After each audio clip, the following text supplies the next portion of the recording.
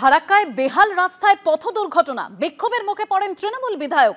শুক্রবার দুর্ঘটনাটি ঘটে আর শনিবার এলাকায় গিয়ে বিক্ষোভের মুখে পড়েন তৃণমূল বিধায়ক।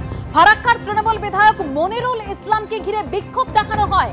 এতদিন কোথায় ছিলেন প্রশ্ন করেছেন গ্রামবাসীরা। বিধায়ককে ঘিরে বিক্ষোভের ছবি ভাইরাল সোশ্যাল মিডিয়ায়।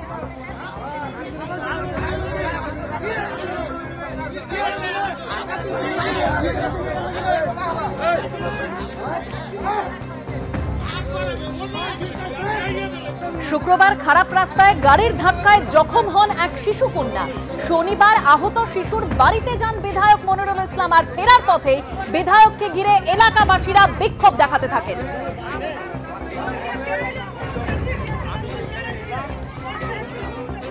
ফের হিট অ্যান্ড রান, দিল্লিতে ফুটপাতে বেপরোয়া গাড়ি। বসন্ত বিহার এলাকায় 5 ঘুমন্ত ফুটপাতবাসীকে পিষে দিল গাড়ি। বসন্ত বিহারের শিব ক্যাম্পের বাইরে ফুটপাতে ঘুমোচ্ছিলেন ওই 5 জন। 9 জুলাই রাতে ফুটপাতে উঠে পড়ে গাড়ি। ঘটনায় 5 জনেরই মৃত্যু হয়েছে। 3 দিন পর গ্রেপ্তার অডি গাড়ির চালক উৎসব শেখর। ধৃত উৎসব শেখর দিল্লির দ্বারকা এলাকার বাসিন্দা।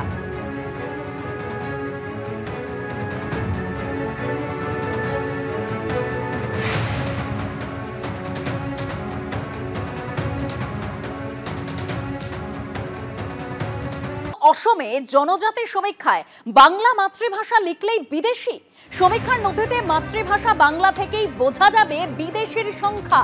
ধুবুরীতে অসমের মুখ্যমন্ত্রী হেমন্ত বিশ্ব শর্মার মন্তব্য ঘিরে তোলপাড় পড়ে গেছে। বাংলা বিদ্বেষী বিজেপি, তাই বোঝা যাচ্ছে অসমের মুখ্যমন্ত্রীর কথায়।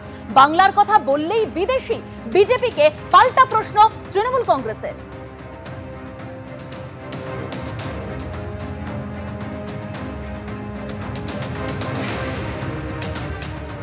অসমে জনজাতি সমীক্ষায় বাংলা মাতৃভাষা লিখলেই বিদেশি। সমীক্ষার নথিতে মাতৃভাষা বাংলা থেকেই বোঝা যাবে বিদেশির সংখ্যা। ধুবুরীতে অসমের মুখ্যমন্ত্রী হেমন্ত বিশ্ব শর্মার মন্তব্য ঘিরে তোলপাড়। বাংলা বিদ্বেষী বিজেপি, তাই বোঝা যাচ্ছে অসমের মুখ্যমন্ত্রীর কথায়। বাংলায় কথা বললেই বিদেশি, বিজেপিকে পাল্টা প্রশ্ন তৃণমূলের।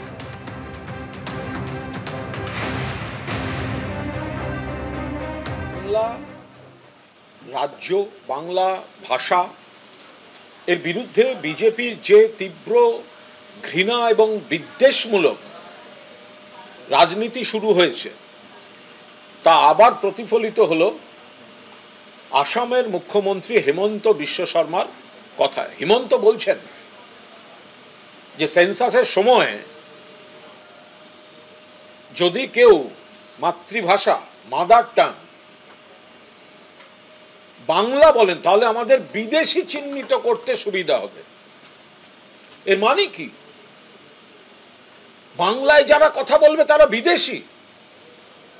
কে বলছেন? বিজেপি বলছে। আসামের মুখ্যমন্ত্রী হিমন্ত বিশ্ব শর্মা বলছেন। যদি উনি বাংলাদেশকে ইঙ্গিত করে অনুপ্রবেশকারীদের সম্পর্কে বলে থাকেন, তাহলে তো প্রথম অমিত শাহ বিএসএফ এর ব্যর্থতার কথা ওনার বলা উচিত।